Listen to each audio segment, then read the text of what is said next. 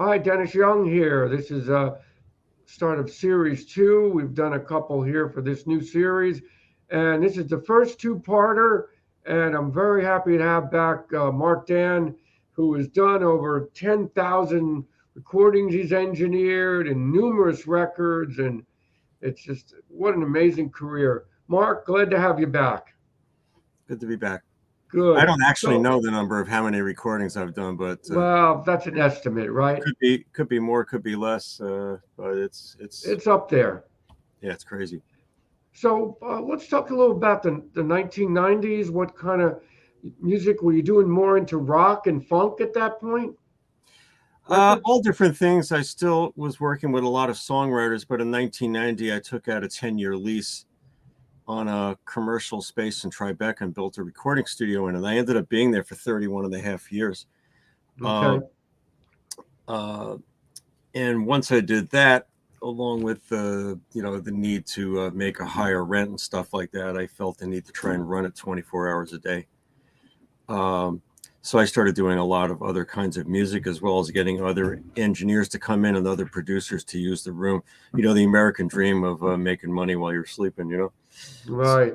And I even built a second room across the hall. There was an old abandoned hallway room of sorts, and I soundproofed it and put some more gear in there, and I had that going. And then I had a mastering suite in my office, and once in a blue moon, I had all three working at the same time.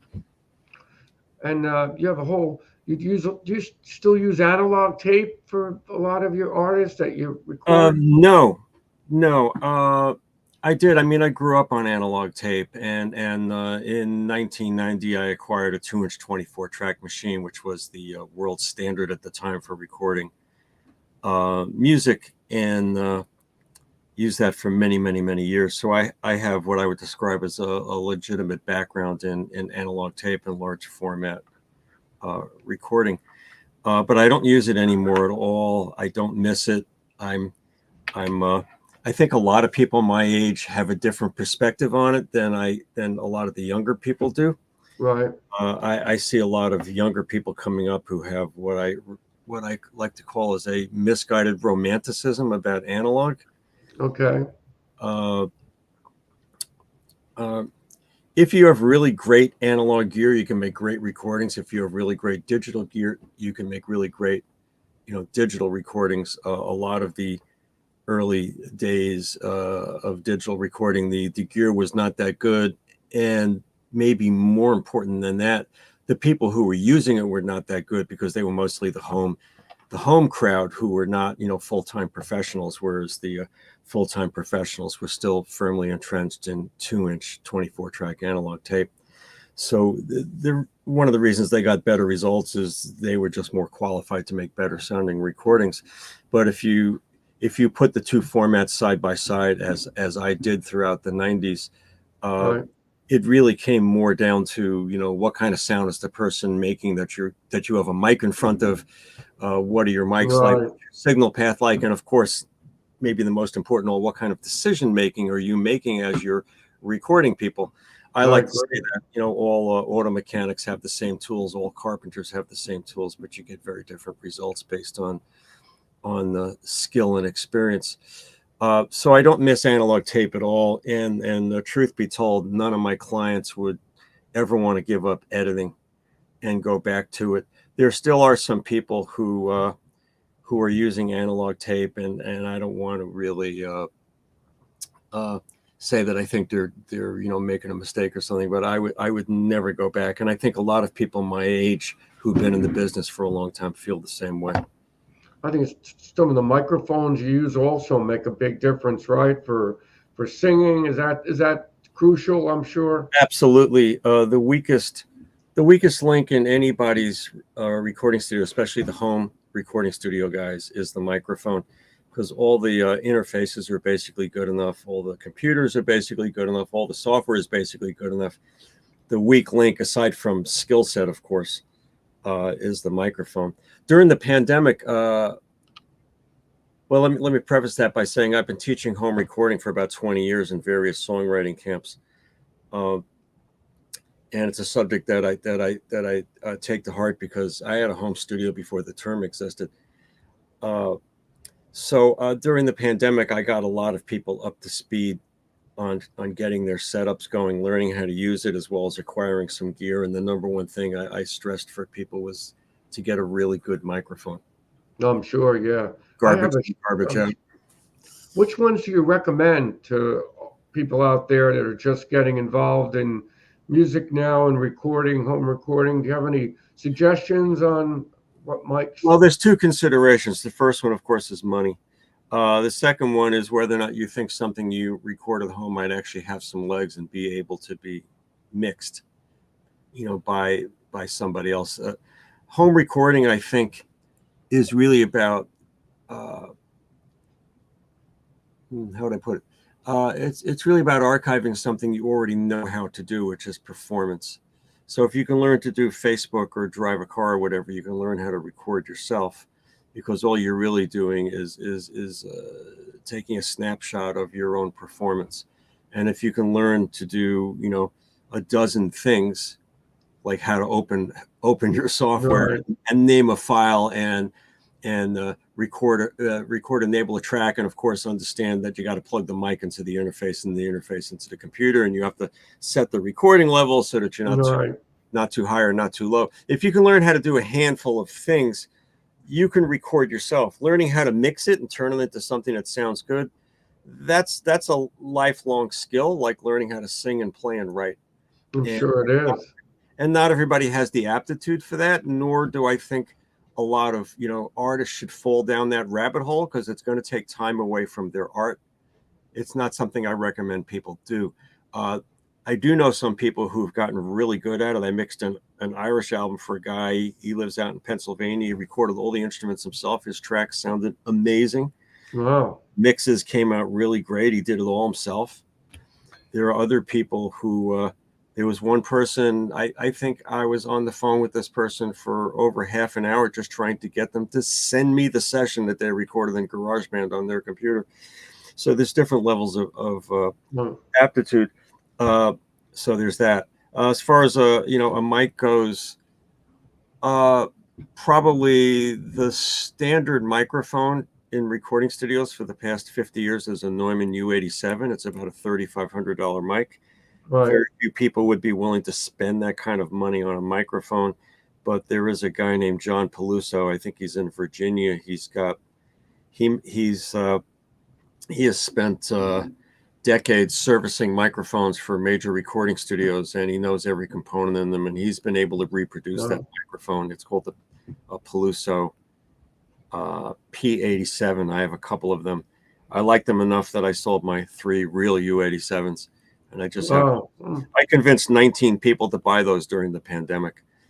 And of course, there's still other factors. If you get too close to the mic, you're not going to get a good result on even the most expensive mics. So you need to learn a little mic technique. But if somebody can stay, the proper distance from a Hold up. recording mic and have a windscreen and set their recording level so it's in a kind of a safe area, Right. they're going to get a vocal that's probably, most of what they would get if they were in a professional studio, How about that? as opposed to singing into, an I don't know if you can see this mic, a Oh, Shure yeah, that's standard. S7. $57, right. They're great mics. They're good desert island mics, but they were not what you would use to record a vocal on an album that you want to sound like it was done in the pro How studio. about the 7B? What do you think of that? The Shure 7B? Uh, the interesting thing about that mic is it can handle an extraordinarily large amount of level. So guys who like really sing hard and scream into mics, that's a good mic for them because they won't overload it. Right. If you saw the Metallica documentary called Some Kind of Monster, that's the microphone that the singer is singing into, and he's just screaming at the top of his lungs into it. He would overload a really expensive, high quality condenser How mic. about that? The mic does have very low level though, and for a lot of people at home, they would have to jack up their interface all the way to the top to be able to get it loud enough, and then you'd be hearing Right. the noise of the interface. So for songwriter types, I would not recommend that mic. But it is a good mic, but you don't see a ton of them around because they're of limited usefulness, I think, for most people. Yeah, Really good. I have a Shure 7B, and I had it upgraded with somebody in Tennessee. So I was able to get a better level on it, and Hmm. that really helped. But you're right, you have to really crank it up to get good level on those. Yeah, it's a low level mic. The original Neumann U87s from the late 60s and the 70s are about 10 dB down from the modern ones. Okay, They're not loud mics, but the advantage is somebody can scream into those mics and they won't overload them. right. Now you were an expert at splicing, right? Splicing tape together like those old Well, days. I was an expert at it, but I was good at it. Do you know David Massengill? Oh yeah, of course. So back in late 80s, Wyndham Hill actually put out a sort of they put out an album of 12 different songwriters. They were sort of branching out from the how would I describe Wyndham Hill music? Kind of new agey kind of stuff. Uh, Right. Four of the people were actually from the New York scene, and one of them was David Massengill, and they wanted to use one of his songs that we had done in a fast folk show at the Bottom Line. And but it was just a cassette recording off the board. It wasn't good enough to use, so we decided to recreate it. Uh, Two singers on it. The backup singers were Sean Colvin and Lucy Kaplansky. You might know No, them. that's some top level Howie players. Wyeth, the great Howie Wyeth was the drummer. Jeff Hardy, who was Jack Hardy's brother, played upright bass. He was Oh great. wow, that must have been I some played gig. electric. I played electric guitar. David played dulcimer and sang. I think that's all the instrumentation. Anyway, we got everybody over to my place to try and reproduce what we had done at the Bottom Line thing. And as often is the case, it's hard to recapture magic, but we tried. Right. And we recorded 4 takes of the song. And David wasn't really happy with any of them. So I left a message on his phone machine. I said, don't worry about it.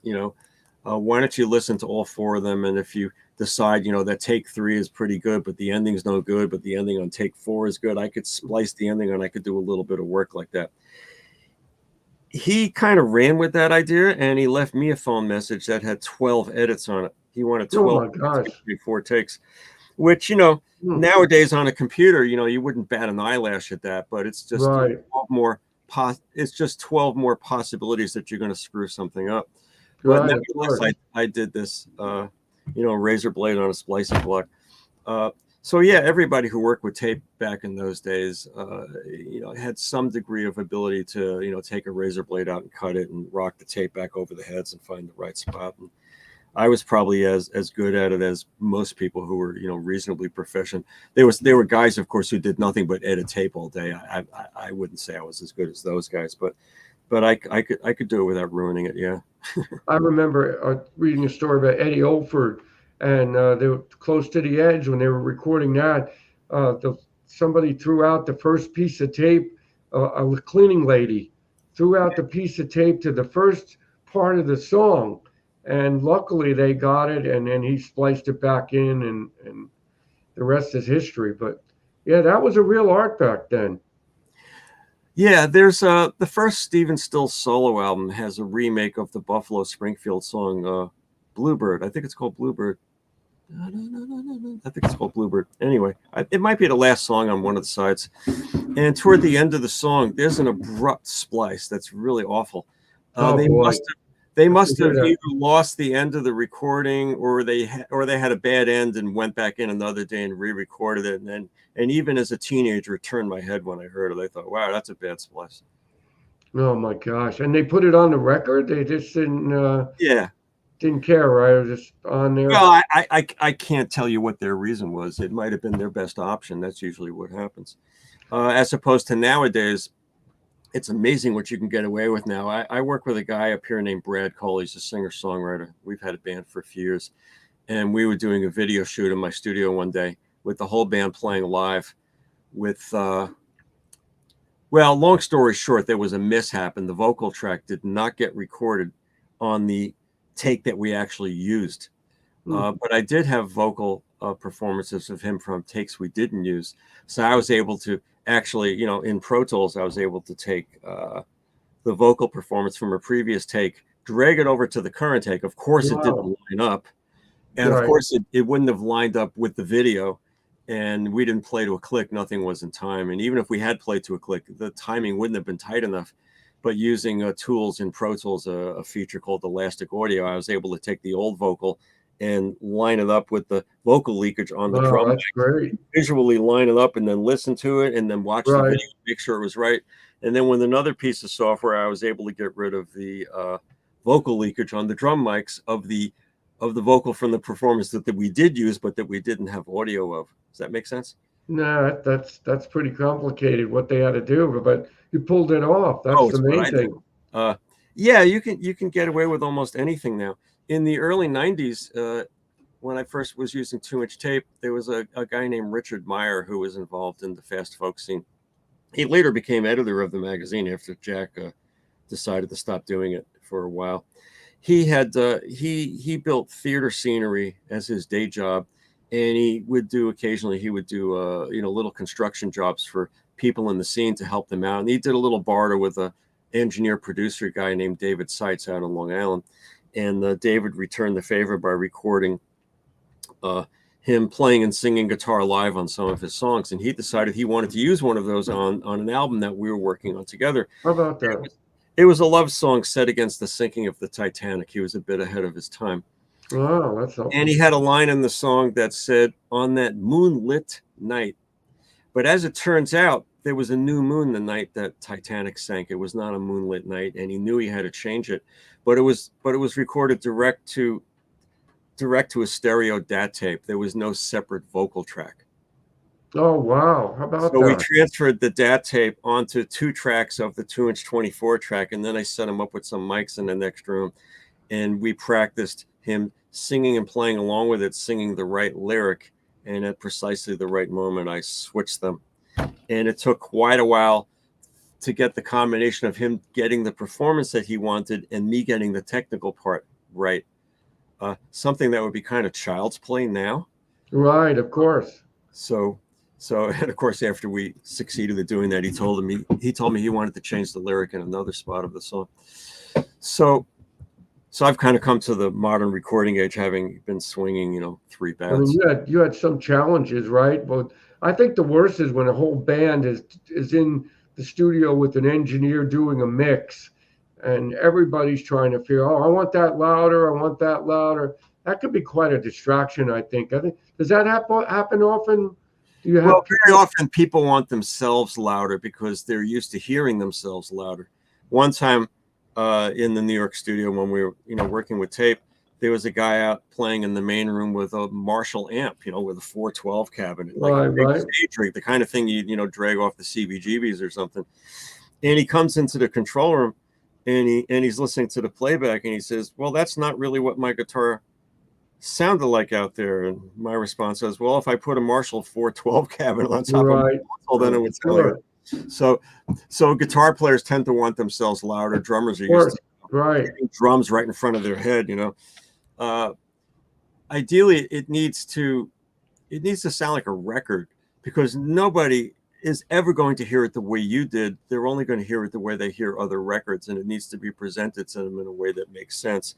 Like, your guitar should not be louder than the guitar on a Hendrix record. I'm sorry, no way. Yeah, right. And in fact, a little trick I used to play with myself back then when I was trying to figure out, like, how loud should this blues guitar player guitar be? Well, there's no need to reinvent the wheel on this. There are famous records that are out that everybody agrees sounds great. They like the sound, they like the volume, they like the balance of the instruments.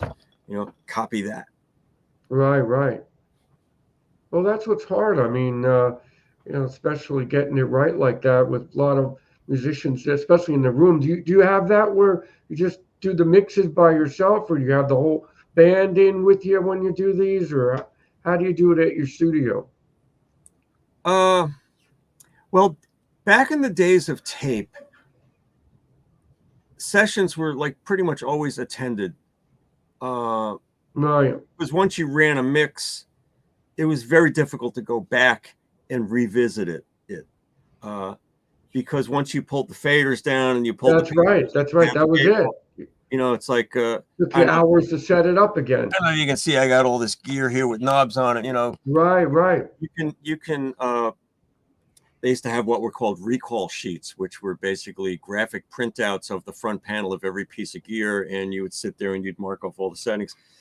That's kind of insane, but it was the best that we could do at the time. And there were many incremental steps between that and where we are now. But where we are right now is you double click on an icon and it comes back where you left it, like a word processing document. Right, exactly. Nowadays, people rarely come to mixing sessions, and certainly with the advent of Pro Tools and Logic and software like that, there's really the pressure for the client to be in the room has been reduced to pretty much zero, because if they don't like what they hear when you hand them a mix, you can just double click on an icon, it comes back up. Hey, could you turn the organ up in the bridge a little bit? Or my vocal feels like it has too much reverb, or my vocal feels like it doesn't have enough reverb. Somebody sent me some notes yesterday on some mixes I'm working on, and this is with somebody I've never even met. I've been working on mixing his record for a while, and he says, hey, could you turn the reverb a little bit on everything except the bass on these two songs? And generally, I don't have reverb on the bass anyway, because it makes it muddier. Right. The age we live in right now, which is nothing new to younger people, but it has been kind of a revelation to people who've been in this business for years, is that you can mix incrementally from session to session, and you can recall where you were, and maybe on a technical level, this is the single biggest improvement in all the years I've been doing this, is being able to mix incrementally, to be able to take a mix out to my car, listen to it on a drive, make notes on a voice recorder, come back, make changes. Right. Get, emails from clients saying, hey, my voice cracked on this word, and this sounds out of tune to me, and I really hate this violin part. Can we just turn it off? And I'm going to think of something else. In other words, we're always in mix mode now, whereas in the old days, everything had to happen sequentially. You couldn't sequence a record till you finished mastering it. You couldn't master it till you finished mixing it. You couldn't mix it till you finished your last overdubs. You couldn't work on the mix at all until all the recording was done, because every time you came in, you put the faders up on the board anew. Right. At the end of working on the song, you ran a mix for somebody on a cassette. Later days, I could burn CDRs for people. A few of my clients had digital audio tape machines, DAT machines. They could come with a DAT. I could run them a DAT, which of course was higher quality than a cassette by far. But however much they liked their mix when they got home, that mix was history before they even made it home. I think that's improving it. I think that's some of the worst things to do sometimes. Listen to it right in the car when you're coming home, or when you're in the middle of a project. You're nitpicking so much, and then you'll listen to it 4 or 5 months ago. If it's within the range of everything, you don't even think about it anymore. It's like, oh, the song's good. I mean, that's my feeling. But when you're in the middle of it, an artist would be nitpicking a little. Oh, that's got to be louder. That's got to be. It happens. Yeah, well, a lot of the aspects of that problem have gone away. Oh, okay. If I have a band playing in the room, I'm working on the mix while they're playing. I've started the final mix while they're tracking. Oh, okay. And that would have been nothing more than a pipe dream back in the 80s and the 90s. So that's been fantastic to be able to just continually tweak things. And of course, much the same way, people who bake sourdough bread have starter that they keep reusing. I have right. I have templates. So I'm going to be able to, they're going to leave at the end of the first session, and it's already going to sound pretty good. There's always performance issues and right, of course, production questions and stuff like that. But I'm never going to have to make an excuse and say, well, this stuff doesn't really sound right because, hey, we just tracked it. It's going to sound right in their headphones while they're playing. It's the tech side of making records, at least for my own personal workflow, has dramatically improved. There's lots of ways to abuse this, of course, and lots of ways to make terrible records. I'm sure. Of terrible music from people who had no business being in the studio, and be able to get away with it on a level that you couldn't back then, because back in the earlier days, especially days before even I got into it, you had to be able to actually do it. You had to be able to play and sing, because recording back in those days was a little bit like live television in the 50s. You had to be able to do your act for real, whereas now we can kind of Frankenstein it. which has its good and bad points. Well, there's a lot of so much music out there now because of the home recording and the computer and everything so digitally with auto tuning and everything. So I guess you got to weed through the good music to get there, right? Well, for the listener, yeah, Right. and there's nothing wrong with that. The reason why there's so much music out there now, of course, is because back in the '60s and the '70s, you couldn't make an album unless you got a record deal, and those were few and far between. Now, the farmer down the road has a CD, Right, and, right. and there's nothing wrong with that. I think it's great, actually. I think every musician should have recording equipment, and they should learn to use it, just like they should learn how to use, all the other basics, Right, right. Of course. you know. So I think that's really great. I don't concern myself a lot with what happens to the music once it leaves here, because that's kind of the music business, and I don't really care much about getting involved in it. And besides, I have so much stuff to do right here in front of my face. It's I'm it's sure. it's Now, nuts. how about in the 2000s? You worked with Garland Jeffries and a whole bunch of other artists, right, during that time Did we frame? talk about Garland Jeffries last time? I don't know. We might have. I think we went through like the 90s a little bit, but we didn't dive into some of the work you did in the Well, I wouldn't say I 2000s. worked with Garland Jeffries. I worked on mastering an album for him, and I don't even remember what I Okay. did on it. I don't think I mastered the No, whole you album. didn't? Okay. No, I must have, because I gave him the final master. So it ended with me. But Okay. my funny Garland Jeffries story is that he wanted to make a change to something uh, while he was at my studio, and I don't remember what the change was. It might have been a volume change in in one of the songs or something. And then he wanted me to print the final master so that he could hand it in on the spot. He was going to like FedEx it. No, how about And that? I think you Huh. should go home and listen to this first, because before Right. you're making several thousand of these. And he calls me up later than that night, and he's almost annoyed that I made him do that, because he, in fact, was not happy with it and needed to come back and fix it some more. Hmm. So, I mean, he was thankful that I made him do that, but probably more thankful than if he had sent it in and it came back and he wasn't happy with it. But yeah, that's my Garland Jeffrey story. But no, I didn't really work with him very much. I don't think I saw him Okay. much. Now, did you work on like rock records, heavy metal, funk records, any of those? Tons of rock records.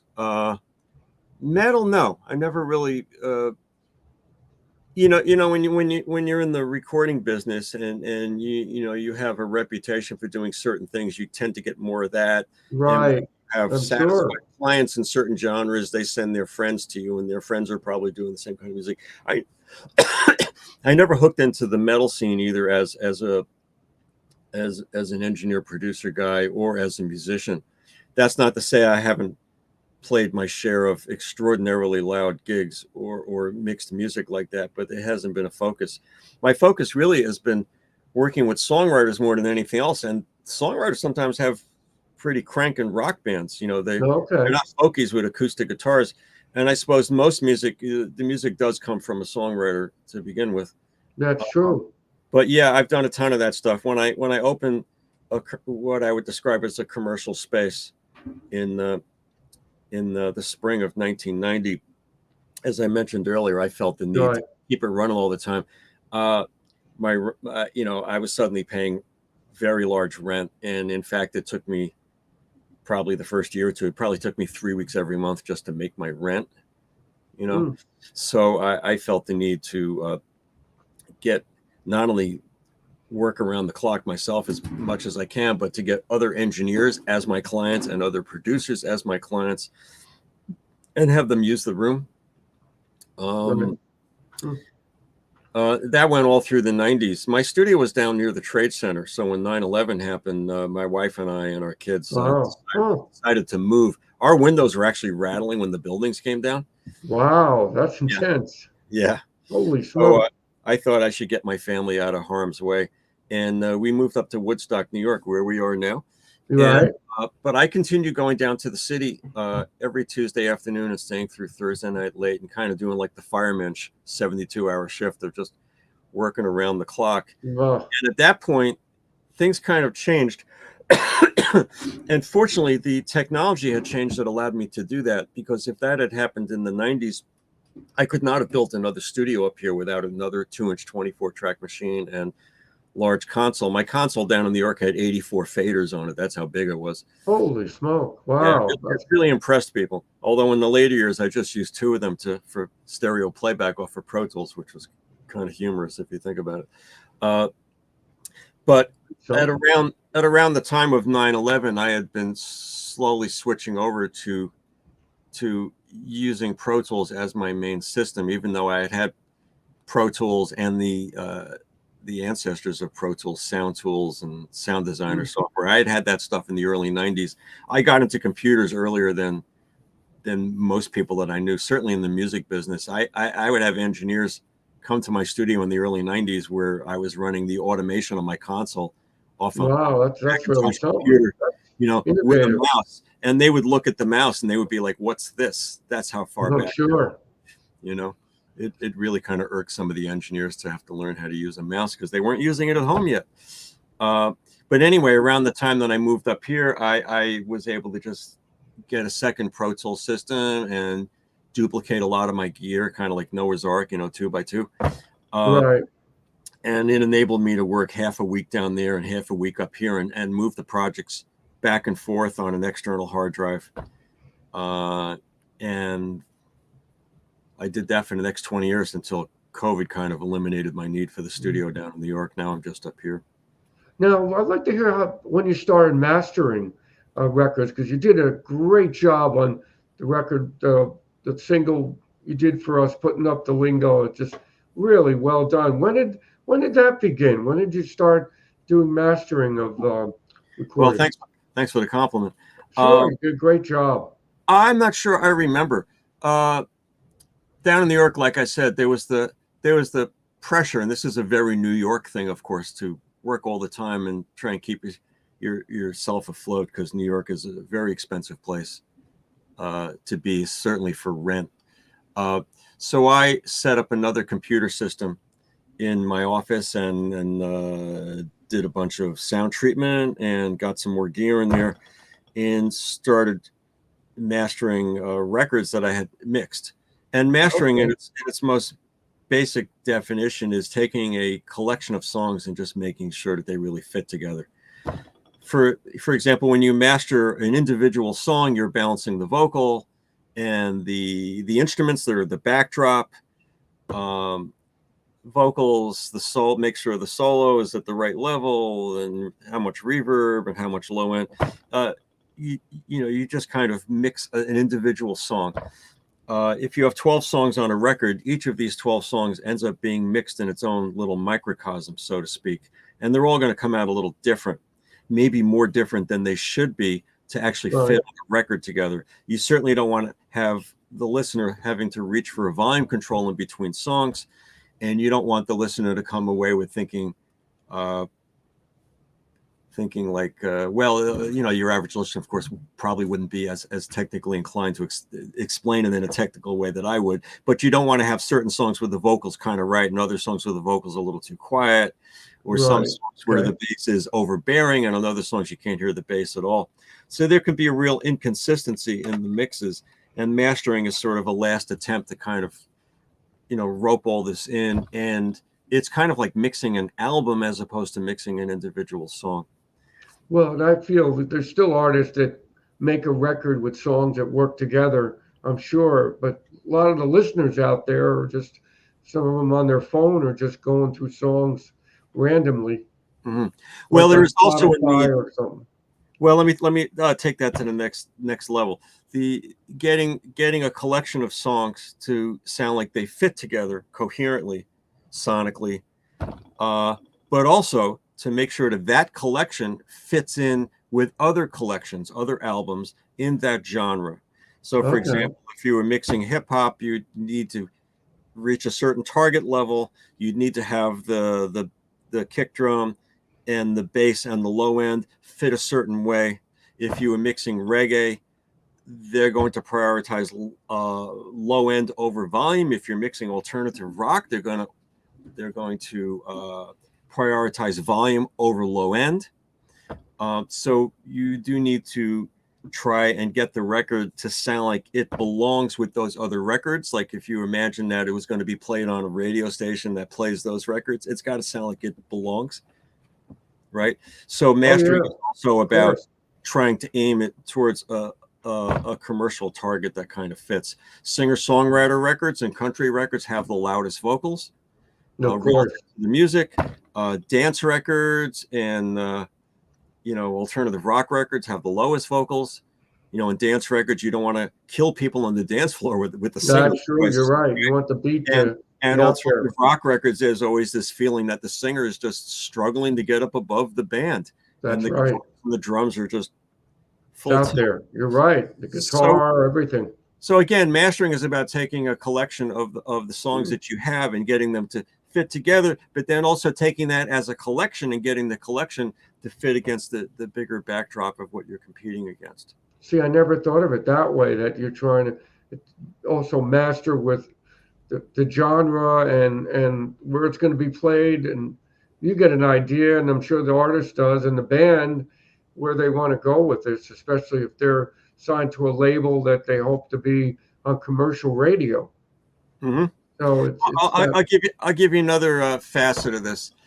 Sometimes I would work on a mix for somebody or a master for somebody, either one, and I would think it was pretty good, and I'd give it to them. And sometimes they would think it was pretty good, and other times they would say, well, this wasn't really what I had in mind. One time I mixed some stuff for some people, and if I'm not given direction, I'll probably do whatever I just did the last half dozen times that I liked and they liked. And they came back to me and they said, well, no, we really want it to sound more like this. And they came with the Beatles' White Album, which is much narrower panning wise, right, and much drier, So I took a lot of the reverb off. I panned things in closer together, and it was like magic. They're like, yeah, that's it. That's what we want. How about that? And this also works for mastering. Sometimes people send me stuff that it just feels kind of dead and narrow, and I'll widen it and I'll put a little bit of effect that would do very subtle chorusing or doubling or reverb. Not the kind of thing you could pick out, but you would notice it if I turned it off. It's like subtle fairy dust in a way, and they'll go like, yeah, that sounds really good. But it's also very likely that they might have something else in mind, which leads me to say that I started to ask people to give me reference tracks. Give me a few song titles that I can go look up on YouTube, or if you have ripped mixes off CDs or whatever of stuff that you like. Maybe you'd like your song to sound like this, except obviously it's going to help. I'm sure that helps. You'd love to copy that. Or maybe it's just the vocal sound you like. There's something that they've done to the vocal that you just love, and you just wish your vocal had that. Or you just like the sound of the band, or maybe it's something they can't quite express, but a picture is worth 1,000 words, and a reference track is also worth 1,000 words. And I'll listen to the track, and I'll try and understand what it is they're trying to convey. They may or may not be articulate about it. And then I'll use that as a model. And then the incidence of people saying, well, that wasn't really what I had in mind, that kind of dropped off to zero. So that was very beneficial. The really fun compliment that I get once in a great while is they say, hey, I heard this record you did, just make mine sound like that. How about that? Yeah. That's only happened a few times, but that's kind of fun. Well, you did a great job on the remix we had. I mean, you really brought it to life. It needed something, and you really gave it that extra, power to it. Whatever you did, it was fantastic. I don't remember what I did because it's probably 10,000 recordings ago, but whatever. Wow, holy smoke! So what now? What are you currently working on now? Are you still working with Rod McDonald, right? Still doing shows with him? Yeah, we just did what was probably our 40th European tour. I'd have to go add them up. I don't know. We've been playing together since the end of '76. I've been playing with Rod longer than anybody. Wow. I like to tell people I'm holding out for the gold watch. We're really good friends. Man. He's a great songwriter, and we kind of have an interesting musical dynamic together. He plays acoustic guitar, and he's got a harp on a rack, and he does do some stuff that you would definitely describe as folk music, but we do something that kind of goes way beyond that. We kind of have Now, gone. now for listeners, what records by him would you recommend for somebody to start out with that doesn't know his music? Is there a few I records? I really don't know. I wouldn't know where to Okay, start. And I'm sure for there's a me, lot. once I kind of do a record, it goes out there, and I don't really hear it again because I'm busy doing new records. We play gigs, and he'll have, I think we've done maybe 14 CDs, and he'll usually have most of them Wow. spread out on a table for people to buy. And I look at it, and it's I haven't heard those records since we did them. I don't even know what they sound like, you know. That's So something. because I'm working on new stuff all the time. Yeah, your mind's on I that. listen I can I see that. listen to music in my car, and I listen to some music in some other ways, but mostly I'm cranking out new stuff. So, what do you think the future is of like CDs and I know cassettes. People are buying cassettes, I guess, just to have them. These young kids, just to Hmm. have some physical product. Do you think CDs are dead? You think they're going to come No, I back? don't actually. I'll tell you why. I have a theory, and I can't prove it, but it may come to pass. The same way vinyl came back. Uh, Vinyl came back initially because people wanted the music that was actually on vinyl. Uh, Right. I agree. and then a lot of people are putting out new records on vinyl, and nothing wrong with that. I think there's a possibility that CDs will come back because a new generation will develop an interest in 80s and 90s music and the music I of the agree. 2000s. Uh, and they're going to be better off than the vinyl people were because one of the great things about CDs when they came out was vinyl records would get ruined after a while. They would get really noisy, they get scratched, Right. I agree. they'd have That's a lot of true. crackles, and it was not unusual for people to rebuy a record because they just couldn't bear to listen to the copy they had anymore. The CDs that you find, in a flea market, unless somebody scratched them or left them on their car dashboard on a hot day, or ate peanut butter on it with a knife and fork or something, uh, they're going to be fine. So when those people get around to buying CDs, their problem is going to actually be finding a CD player. I went looking for a CD player on Amazon recently for somebody. How Uh, about that? they're not there. It's not Oh, really. really? How about Yeah, that? but I suspect they'll come back now. As far as people selling their music on CD, uh, I don't know if that's going to come back. Uh, Hmm. the younger generations are used to the convenience of the phone and the computer, Yep. and I they're also agree. used to the convenience of not having to pay for music, which has been True. That's. a disaster Oh, yeah. for working musicians, for people who actually make their livelihood, or want to make their livelihood, or wanted to make their livelihood on it. Losing that income stream is kind of disastrous, and I'm not sure what's going to come of that. There's a person I work with periodically named Dan Navarro. I don't know if you know his name. No. He wrote "We Belong," the Pat Benatar hit. Oh, okay. Yeah, I Uh, know that. Dan's a great songwriter and has been kind of working his craft for 30 something years. He has CDs. I play gigs with him now and then. He lives in California, but when he comes to the Northeast, we occasionally barnstorm it around for a weekend and play a bunch of dates. He has an interesting solution that I think is pretty cool. He has CDs, and of course, like every other gigging musician who has CDs to sell, they'll all tell you that their sales have dropped off dramatically, uh, made sometimes to next to nothing. And it's mostly the older people who are buying them. So for the Mhm. younger generation, I don't know what they're going to do about that. Uh, he was selling CDs for like $15, and he also had download cards that he was selling for 10. He felt the download cards were competing with the CD sales, and he really wants people to buy the CDs because he wants them to have the album credits, the Right, lyrics, of all the stuff. course. He wants people to know who produced it. He said, when I was a kid and I would listen to a record that was really great, I'd want to know who engineered it, who produced it. I'd want to know how this record came to be the great piece of work it is, aside from the artist's name and face on the cover. So he he's on Bandzoogle, and one of the things that's a website for Okay. musicians. it's kind of a build your own website. It's not a website itself. It's like you can they host your website and they have templates and it's geared towards musicians. And one of the things they provide is they'll give you unlimited download codes. And I haven't done this, so I'm Okay. this is secondhand So, information, but I believe you either pay a fee once or maybe you don't. I don't really know. But they will give you unlimited download codes, not cards, codes. You have to print your okay. cards. So once you have that in place, it doesn't cost you anything to make one of these cards. Oh, how about that? So what Dan is Good to doing know. is he prints them onto stickers and he sticks them onto the CD.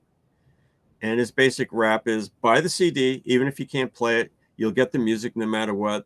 Maybe you'll rip the CD one day into your computer, or maybe you'll give it away to somebody who has a CD, but it's satisfied a need for him to get the CD into people's hands, even if they can't play it. And I think that's a pretty good solution. Yeah, that is. I find on YouTube there are so many free records now that you could download. I mean, I have a ripper that you can take YouTube and convert it to MP3, Yeah, and I have that. un- unfortunately, the artist really gets hit pretty hard with that. YouTube lets him put it I out. So, I use that for learning songs for gigs because sometimes I need to learn songs. They might be the artist songs; they're just up on right. YouTube, or you know, now and then I find myself in a situation where I have to learn a cover song for whatever reason. I'll just pull it down. I'll learn it. Uh, it really wouldn't make sense for me, even in the old days, to buy it, and it probably would have been difficult. Uh, but yeah, this is a major problem. Do you know who Rick Beato is? Oh yeah. For, Yeah, he's got a great channel on YouTube where he covers zillions of subjects. oh yeah. He's well known. In fact, I just started watching an interview he did with Mike. Is it Mike Mull? Is that his name? The bass player from REM. Okay.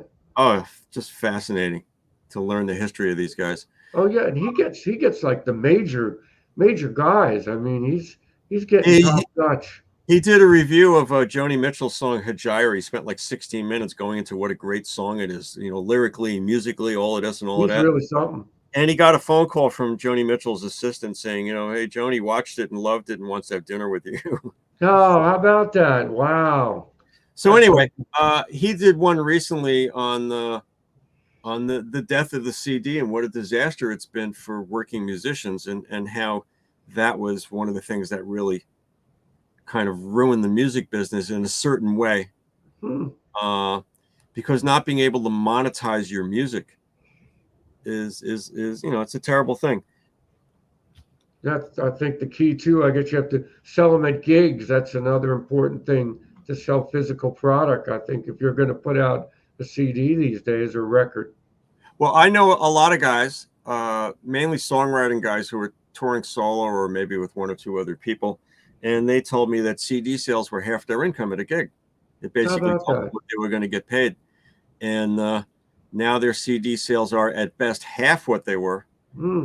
uh, and in some cases, you know, a fraction of what they were. That's too bad. So what looks in the future now? I know you're still doing tons of music and mastering, mixing. So are you going to be doing more tours or shows in the coming Uh, year? well, well, I let go of the place in the city. When COVID happened, I stopped going there, and Okay. due to some advances in the technology, one of which is being able to stream my Pro Tools system at full resolution to anybody with an internet connection, so I could continue doing sessions with people. Oh, okay. In other words, I use Zoom to share my screen so they can see it like they're sitting next to me, and Okay. and then we use Zoom, of course, as the two-way speakerphone that it is. Uh, but Zoom, of course, is famous for having poor audio quality. Uh, Okay. so I have a plugin in Pro Tools that allows me to send them a second stream, and it enabled me to keep going full tilt all during COVID. Oh, okay. That's And I great. discovered that I didn't really need my place in New York, but of course I was very reluctant to let it go. I imagined that eventually things would go back to the way they were, and I would just pick up where I left off. Mostly, I didn't think about it at all. It was too hard to think about. Uh, but then a strange thing happened. They took the building down next door, and started pile driving into the bedrock and damaged my building beyond repair, and they condemned it. Oh And the man. owner asked everybody to leave, and they kind of did me a Oh boy. favor because I don't know if I could have brought myself to like let go of it, but I did. Oh wow. So what's new for me now is I'm up here, 7 days a week. I'm playing more gigs because even though I'm super entrenched into the engineering / producing world, I'm started as a musician and probably will end as a musician, and I'm playing more gigs than ever. 2 weeks ago I had 8 That's gigs. great. Last week I probably had 4. This week I think I've got 4. The upstate music scene, of course, is a bit different than the one in Manhattan, but I figured out how to make it work. I'm still working on tons of recordings. I probably one of the main things I do is what I call finish work. People have recorded stuff in other studios or they've recorded stuff at home. They need to turn it into professional releasable product, and I know how to do that, so I do that. I do a lot of I do still do a lot of projects start to finish. I do Wow. projects with people who are very skilled and accomplished in their craft, and they have careers. And I also work with people who are kind of the opposite of that. That But, must be tough. but I find a compelling reason to work with that particular person or whatever. There's one person I'm working with who I don't think they play gigs at all. I don't think they play or sing a lot. They're not particularly polished, but their songs are great. And I see my job is like, how can I get this delivered to the masses so that they can listen to it and go, wow, these songs are great. Right. So I do a lot of that stuff too. I do a lot of mastering work. There's an engineer out in LA where there's zillions of mastering engineers, but he somehow seems to send me everything that he does. I think he sent me 7 or 8 projects in Holy the last 12 smoke. months. Great. There's another guy. I think he's in the city. His background is working with all these punk rock guys, and so he and people in his circle have all these cassette recordings of all these well-known bands playing in big clubs back in the 80s or whatever, and they want to put it out on vinyl. Oh, that's pretty neat. So he sends it to me, and I kind of do my magic. I mean, he's probably sent me 10 or 15 projects in the last 12 months. One of them was Charles Manson. I don't know. Well, I've heard about him as being a musician. Well, he made an album, and I don't know if it's in the public domain or if he's working under the radar or if he actually got some rights to it. I don't know. I don't ask, but he just sent it to me, and it just said Manson on it. And I'm listening to this guy, and I'm looking at the song titles, and I'm getting suspicious. And I look him up online. Sure enough, it's him. So I said, you can leave my name off the credits on this one if you don't mind. I don't blame him. He was hanging around with that whole Crosby, Stills and Nash crowd. I think he was trying the Beach Boys. Make it was the Beach Boys, and there was a song, that's right. There was a song that he and Dennis Wilson somehow became. I don't know if friends is the right word. And the Beach Boys actually recorded one of his songs. They changed the title and they changed some of the lyrics. They made it a bit less dark, and he was very, very upset with them for having done this. That song is on this collection. There are some other guys who work on reggae stuff. They find all these old reggae tapes. Sometimes they don't even know what's on them. They find them in people's closets or on eBay. Oh my God! They send them to me. I transfer them. Once in a while, they strike pay dirt. I have a reggae client who lives in Staten Island. He's native-born Jamaican. He's currently an English professor at Pratt, where he's been teaching for many years. I'm not sure how that works, but he's doing that. And he had a real record deal back on either side of 1980 down in Jamaica, and he's very familiar with all of these guys. And one day he shows up for his weekly session. He's been coming to me like at least once a week for 25 years or 24 years or so. He comes into my studio, and I've got a reel of tape on one of the big machines. I'm transferring one of these old reggae tapes into Pro Tools, and he listens to it for a second. He goes, "That's me playing the organ." Wow, that's something. Yeah. A lot of dub reggae was great back then. There was a guy, Adrian Sherwood. Did you ever hear him? No, I don't know. He was a dub guy. that did a lot of like remixes, and a lot of Jamaican artists. So, and then you had that early punk was influenced by reggae back then. So it was quite a period. Here's Well, here's a bunch of cassettes Lucy Kaplansky just sent me. oh, I know her. She's great. Yeah, Yeah, she's been around. I don't know if she knew what was really on them, because a lot of people now have tapes, but not the machine to play them on. And she wanted to try and kind of go through her archives and see if there was something good there. And she just sent me an email back after I sent her WAV files. Actually, I sent her MP3s at first. And she says, wow, I thought this stuff was lost, you know? How about that? Have you worked with John Gorka recently? I mean, he grew up a No, town away from me. no, well, he lives, I think he's in Minneapolis. I don't know if Okay. he's still there. I mean, I did gigs with John. I played on his first album. I've done some overdubs for him after he moved out to the Midwest and he needed somebody. Lucy Kaplansky, actually, I believe, is the only person who's come and sang stuff for him. But I've hardly seen John. I see him once in a blue moon at festivals, and sometimes I'll end up playing with him. But we live very far apart. Yeah, my wife loves folk music, so she's into John Gorka, Richard Shindell, Slade Cleaves, that whole group of really great songwriters. And we love Richard Thompson too. Have you done anything with him, Richard No, Thompson? I've never met him. He's He's he's he's kind of amazing, actually. I've oh, sat and I've played bass along with his records a lot, for fun. And I've often thought, I could probably hang with this guy on the bass, but I'll probably never get the chance. But yeah, I've seen him a number of times, and his technique is just phenomenal. How he plays, especially acoustic guitar. yeah, I've listened to live recordings of him playing acoustic guitar and singing, and it's like, that's really one guitar. Yeah, I know. Sounds like at least two guitars. Yeah. So, well, He, Mark, this has been a pleasure. mm, And thanks for doing the part two here because I learned so much, and I'm sure everybody listening has. And it's been great talking to you again. And good luck in the future with more great recordings. And I'm glad you're still doing so much music. right, and I'm glad you're doing these podcasts. I've watched some of them. Oh, thank you. I've had some great guests. I just did Theo Travis, I saw who that. I haven't watched it yet, though. you saw it? I Oh, it's haven't. coming out Thursday, tomorrow. Ah, And he's actually done music with Robert Fripp, Steven Wilson, and what a nice guy, and really quite an artist. So I've been lucky to get some really good artists and nice people on this, and you've been one of them. very well, thank you. It's good. Okay, You're getting like an oral history down. I am, and Yeah, it's great to hear about the beginnings of people, how they started with music and their influences, and it makes for a really interesting show.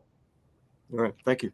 Okay, Mark. Well, nice talking to you again, All right. and good luck Bye now. here. All Good right. seeing you. Take care.